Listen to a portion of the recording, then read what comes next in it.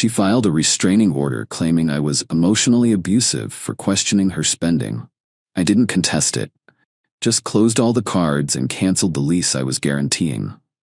Her lawyer called 72 hours later, begging to work something out. I, 31 male, got served with a restraining order on a Thursday afternoon at my office. The receptionist called me down, looking uncomfortable. Process server handed me the papers like he'd done it 1,000 times before. My girlfriend Sienna, 28, of 3 years, had filed an emergency protective order claiming I was emotionally and financially abusive. Her evidence? Text messages where I asked why she spent $1,800 at Nordstrom when she said she was broke, and an email where I suggested we create a budget. I read through it in the lobby, according to Sienna, asking, "Hey, didn't you say you couldn't afford your car payment?" After seeing her with new designer shoes constituted controlling behavior and emotional manipulation. The kicker was her statement. He monitors every purchase I make and interrogates me about money constantly, creating a hostile environment where I fear his reactions. Reality check. She had 4 credit cards in her name that I was paying. Her apartment lease had my name as guarantor because her credit was shot. Her car insurance was on my policy. I'd been covering her temporary expenses for 2 years. But sure, asking one question about spending was abuse. The restraining order required me to stay 100 yards away, no contact, direct or indirect, effective immediately. I didn't argue, didn't call her, didn't text. I walked back to my office, pulled up my banking apps, and got to work. The immediate response within an hour, I'd canceled all 4 credit cards. They were in her name, but I was the one making payments. Perfectly legal to stop. Removed her as authorized driver from my insurance policy. Called her apartment complex about removing myself as lease guarantor. 30-day notice required. Stopped the automatic transfers I'd set up for her expenses. Changed my Netflix, Hulu, HBO, and Disney Plus passwords. Removed her phone from my family plan. Effective next billing cycle. The apartment situation was interesting. I wasn't on the lease as a tenant, just the guarantor. The property manager, Adrienne, was surprisingly helpful. So if you're withdrawing as guarantor, she'll need to qualify on her own or find a new guarantor within 30 days. What if she can't? Then she'll need to vacate or face eviction proceedings. Perfect. I documented everything, forwarding confirmations to my personal email. Then I went back to work. Had a presentation at 3 p.m., nailed it. That evening, my phone was quiet. Eerily quiet. The restraining order was working both ways. She couldn't contact me either. Update 1 Saturday morning, 8 a.m. My phone rings. Unknown number. It's a lawyer named Bradley Hutchins. Mr. Torres, I'm representing Miss Sienna Blackwood. I believe there's been a misunderstanding regarding the protective order. What misunderstanding? The order was very clear, no contact. Yes, well, my client has discovered some complications. Several of her financial accounts seem to have been closed. I stopped making voluntary payments on her credit cards. Yes, but she relied on those payments. Then she should have thought about that before filing a restraining order claiming I was abusive for asking about those very payments. Silence. Mr. Torres, surely we can work something out. My client is willing to modify the order to allow for financial discussions. No need. I'm complying fully with the order. No contact means no contact, including no financial support. But the lease, I've given proper notice to withdraw as guarantor. That's not contact with her, that's contact with the property management company. This is retaliatory. This is compliance. She said my financial involvement was abusive. I'm removing myself from the abusive situation. Isn't that what she wanted? He sputtered something about bad faith and financial abuse. Bradley, she filed a legal document claiming I was abusive. I'm respecting her wishes by staying away completely. Have a good weekend. I hung up. 20 minutes later, texts started flooding in from her friends. I didn't read them, just screenshot them. Violating restraining orders goes both ways. They were contacting me on her behalf. Update 2, Monday morning brought chaos. First, an email from Bradley. Lawyers can contact me, apparently, with a formal letter demanding I reinstate financial support during this transition period. My reply was brief. Per the restraining order, I cannot have any contact or relationship with Ms. Blackwood. Financial support would constitute a relationship. Please advise your client I am fully complying with the court order. Then came the social media storm, but not the usual kind. Sienna's best friend Qley posted on Instagram, "When toxic men use money to control women after being called out for abuse, half financial abuse, narcissistic abuse." Except Qley made a crucial mistake. She included screenshots of Sienna's texts to her, including, "He canceled everything. I can't even watch Netflix. I told you the restraining order would make him pay attention, but now he won't even pay my cards. The lawyer says, since he's not legally obligated, he can just stop." This backfired so bad.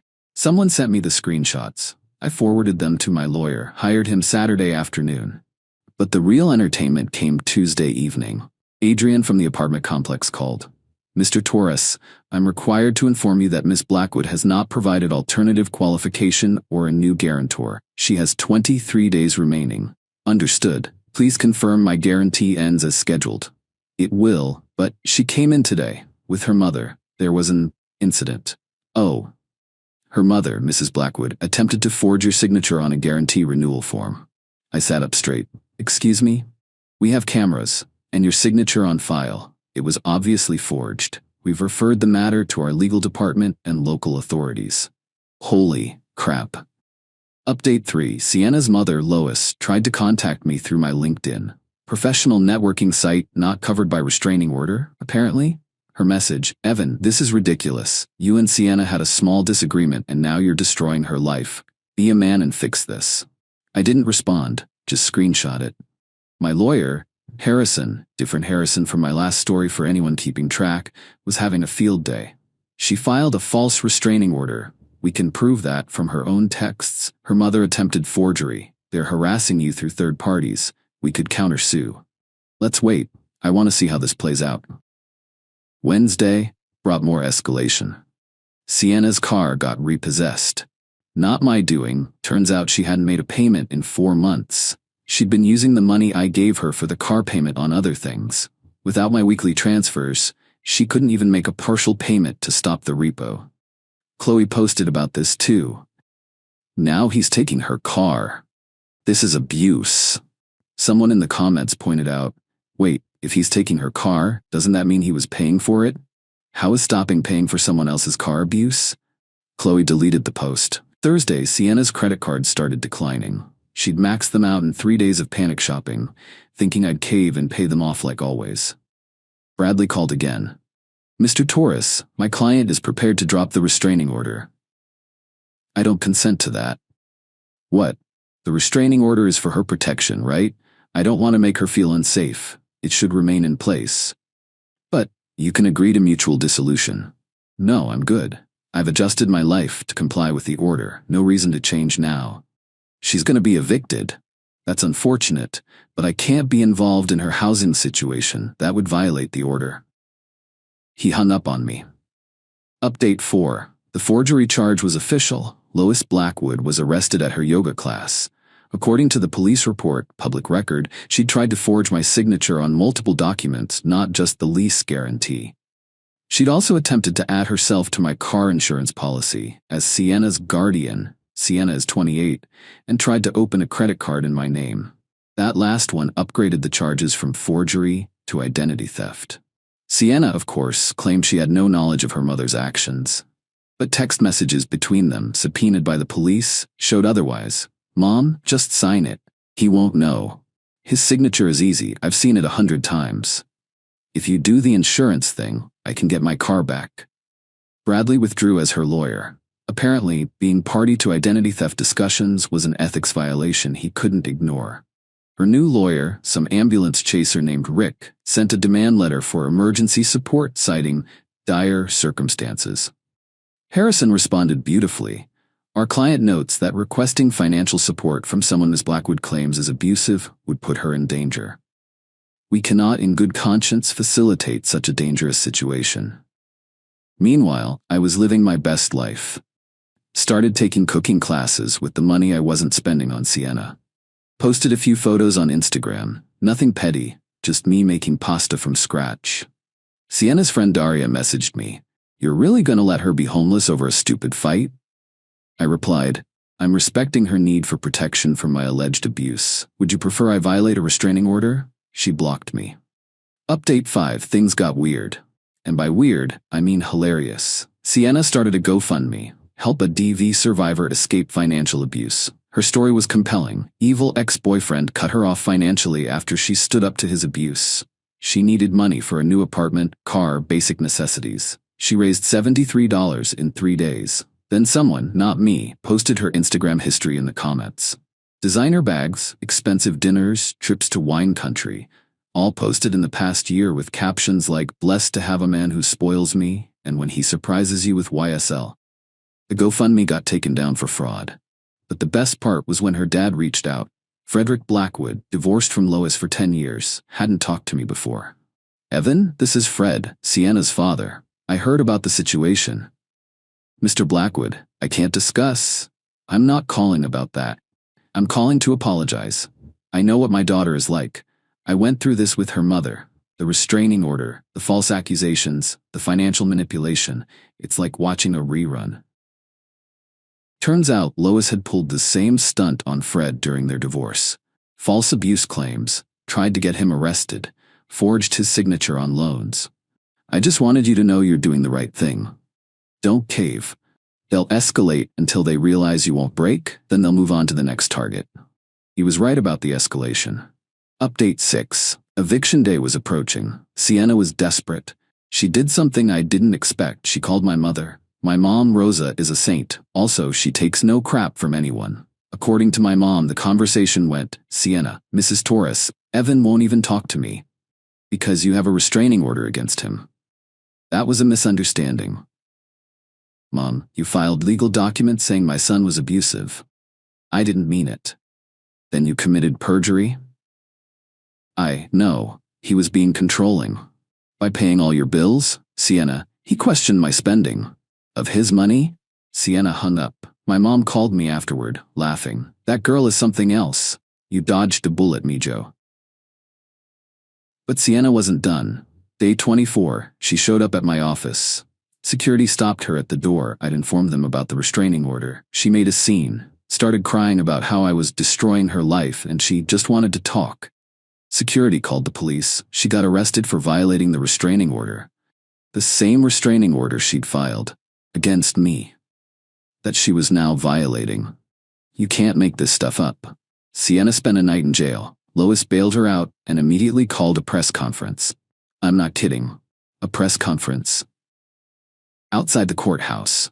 3 reporters showed up, probably expecting a slow Newsday story. Lois gave a speech about financial abuse in modern relationships and how men weaponize money to control women. One reporter asked, "Ma'am, aren't you currently under indictment for identity theft and forgery? That's not relevant to you. You allegedly forged this man's signature to steal money. How is that different from financial abuse?" "I was protecting my daughter by committing fraud." The press conference ended quickly. The footage never aired, but someone posted it on Twitter. It went moderately viral in legal circles as how not to handle PR during criminal proceedings.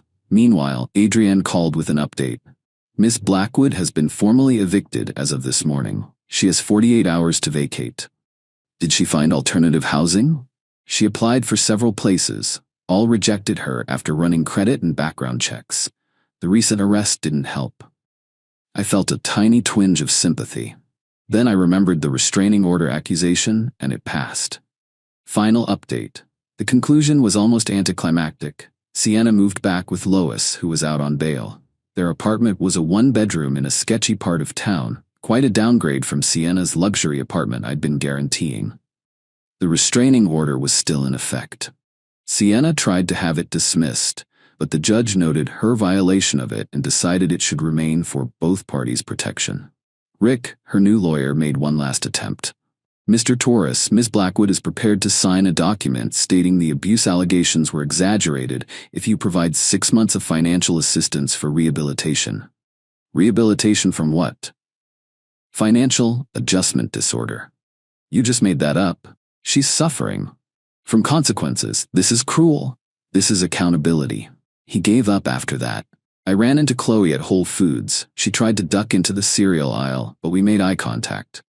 "How's Sienna?" I asked, genuinely curious. Qley looked uncomfortable. "She's working, retail, living with her mom." "Good for her. She really did care about you, you know. She just got scared when you started asking about money. Scared enough to file false abuse allegations? That was Lois's idea. She said it would make you realize how serious Sienna was about needing space. Space for my questions, but not for my wallet." Qley winced.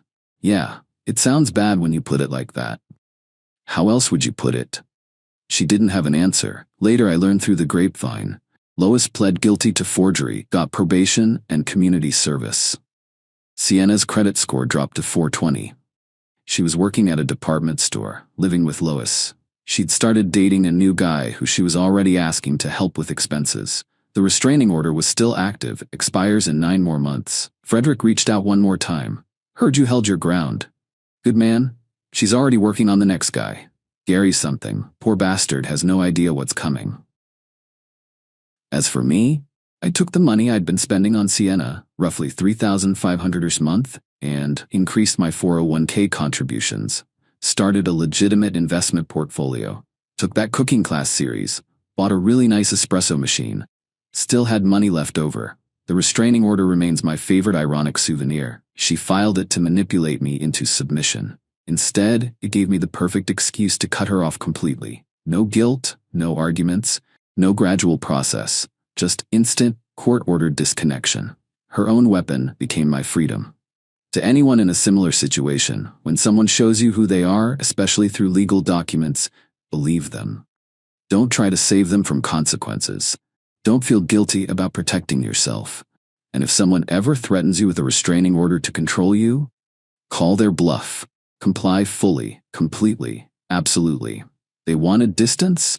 Give them the entire universe. Sometimes the best response to manipulation isn't resistance. It's enthusiastic compliance that reveals their true intentions.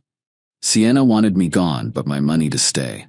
The restraining order made that legally impossible. She played herself with paperwork. Cool? Cool. P.S. To the 3 people who messaged me saying I was actually abusive for cutting her off. She literally filed legal documents saying my financial involvement was abuse. I agreed and removed it.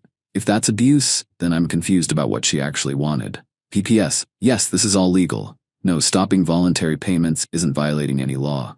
No, refusing to be someone's ATM isn't abuse. Die mad about it.